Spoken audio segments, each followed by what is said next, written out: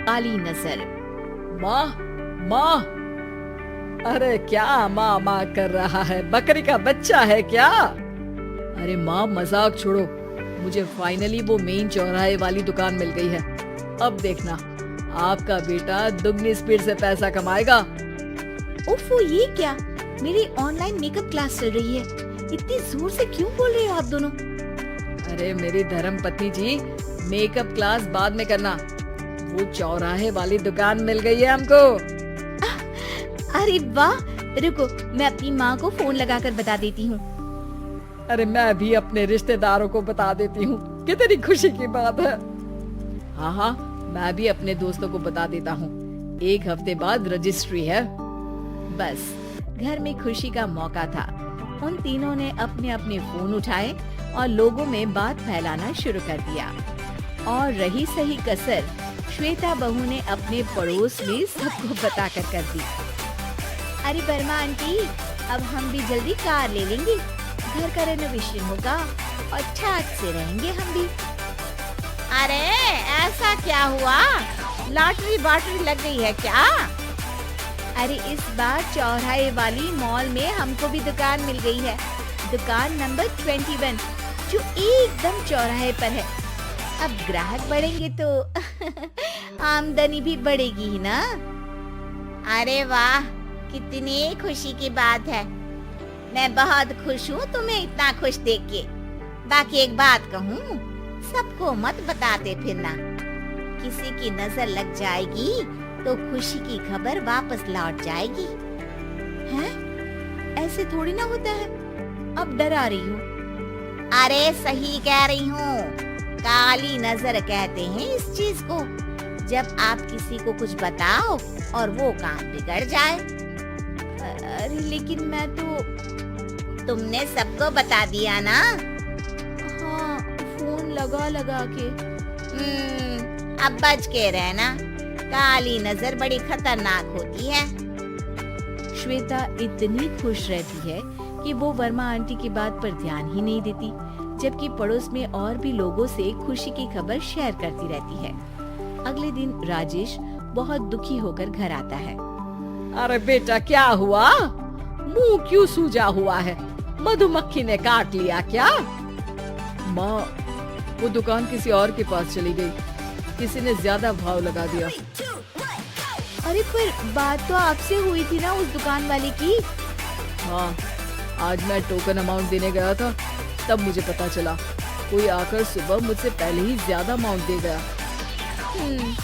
काली नजर। क्या कहा? वर्मा आंटी ने समझाया था कि किसी को बताना मत, वरना काली नजर लग जाएगी। अच्छा, तुम्हें उनकी बात मान लेनी चाहिए थी। उनकी बात मान लेती, लेकिन उसके पहले ही सबको बता चुके थे ना हम तीनों। अरे अगली बार से ध्यान रखेंगे। कोई भी नई चीज होगी तो किसी को नहीं बताएंगे। तीनों कुछ दिन ऐसे ही रहते हैं, पर एक दिन श्वेता को एक मेल आता है। राजेश, मेरा ऑनलाइन मेकअप कोर्स कंप्लीट हो गया। अब मैं खुद का पार्लर खोल सकती हूँ। अरे वाह, अपने मोहल्ले में ही खोलते हैं। ये जो घर के सामने दुकान है ना, वहीं। हाँ, यहाँ सस्ती भी मिल जाएगी। अगले दिन श्वेता वर्मा आंटी के पास जाती है मिठाई का डब्बा लेकर। अरे आओ आओ, कैसे आना हुआ? जोर से नहीं बोलूंगी।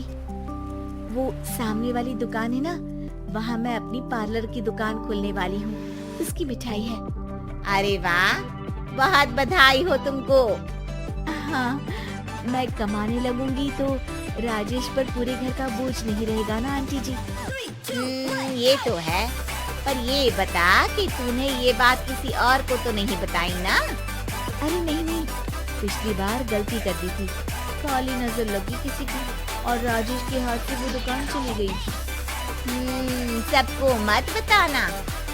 चलो मैं चलती हूँ, कल दुकान की बात करने भी तो जाना है। अगले दिन श्वेता दुकान के लिए मालिक से बात करने जाती है। अरे लेकिन दुकान तो हम कल रात को ही किसी को दे चुके हैं। कल ही? हाँ, कल ही। 2 दिन बाद कोई यहाँ पार्लर भी खोल लेगा। अब कहीं और दुकान देख लीजिए। अरे पर हमको भी तो पार्लर ही खोलना था। भैया एक ही दुकान है, आधी आधी तो नहीं दे सकता ना मैं। राजेश और श्वेता घर पर हताश होकर आ जाते हैं। इस बार तो किसी को बताया भी नहीं था, अब किसकी काली नजर लग सकती है। सुनो, तुमने माँ को बताया था क्या? अरे कैसी बात कर रही हो, माँ की नजर थोड़ी ना लगेगी। पक्का तुमने किसी को नहीं बताया था ना? सिर्फ वर्मा आंटी को बताया था, उन्होंने ही मुझे किसी को नहीं बताने को कहा। अरे यार तुम भी सही हो, मेरी माँ को नहीं बताने को कह रही हो, पर वर्मा आंटी को बताना तुम्हें जरूरी लगा। अरे वर्मा आंटी ने ही तो काली नजर के बारे में बताया था ना, वो हमेशा हमारा भला ही तो चाहती है। मेरी माँ भी हमारा भला ही चाहती है। अरे पर चिल्ला क्यों रहे हो, बात नहीं कर सकते क्या आराम से? नहीं आता वो आराम से बात करना, और करना भी नहीं चाहता हूँ मैं। दुकान जाने का दुख गुस्से में बदल गया था और राजेश और श्वेता में बात बंद हो गई थी। 2 दिन बाद मोहल्ले में पार्लर का इनॉग्रेशन हुआ, जिसमें मोहल्ले के सभी लोगों को बुलाया गया, पर श्वेता, राजेश और माँ नहीं जाते। माँ अंदर आ जाओ, क्या देख रही हो? अरे नया पार्लर देख रही हूँ अपने आंगन से। देखो, माँ को दूसरे का सुख देखने में कितना मजा आ रहा है, मेरा दुख नहीं दिख रहा इन्हें। यहाँ मेरा पार्लर भी तो हो सकता था। अरे चुप रहो यार, हर बात में लड़ाई क्यों ढूंढ रही हो? राजेश और श्वेता फिर बहस करने लगते थे। तभी माँ ने दोनों को बाहर बुलाया। अरे जरा देखो तो, दुकान चलाने वाले का बोर्ड पर नाम क्या लिखा है? श्रुति वर्मा। गाड़ी निकाले बेटा, हमें कहीं जाना है। काली नजर का इलाज कराने। राजेश अपनी बाइक निकालता है। तीनों ट्रिपलिंग कर रहे हैं। माँ राजेश को उस मॉल वाली दुकान पर लेकर जाती है जहाँ राजेश अपनी दुकान खोलने वाला था। यही दुकान लेना चाहता था ना तू?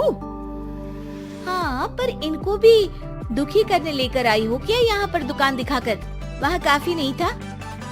अरे श्वेता थोड़ा सब्र रख, अभी पता चलेगा कि हम यहाँ क्यों आए हैं। बता, इस दुकान चलाने वाले का नाम क्या है? अनुपम वर्मा। कुछ समझ में आया? वो दुकान वाली श्रुति वर्मा, ये दुकान वाला अनुपम वर्मा, और हमारे पड़ोस में हमने उस दुकानों के बारे में बताया किसको था? वर्मा आंटी को।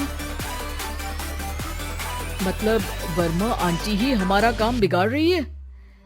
नहीं नहीं, ऐसा नहीं हो सकता, ये बस इत्तेफाक है। राजेश अपना फोन निकालता है और श्रुति वर्मा और अनुपम वर्मा के नाम फेसबुक पर सर्च करता है, जहां ये दोनों ही वर्मा आंटी के रिश्तेदार होते हैं। श्वेता को समझ में आ जाता है कि वर्मा आंटी की ही नजर काली नजर है। अब क्या करना है? कोई भी खुशी की खबर हो तो काली नजर से बचना है, यानी वर्मा आंटी से बचना है। अरे पर मुझे ये समझ में नहीं आया कि वो हमारे साथ ऐसा क्यों करेंगी। अरे बेटा, एक सीख है, दूर के आदमी को आपकी तरक्की से कम परेशानी होगी, पड़ोसी को ज्यादा। दोनों माँ की बात में हामी भरते हैं और अगला काम चुपचाप करने की कसम खाते हैं, ताकि आगे से वर्मा आंटी कोई काम ना बिगाड़ सके।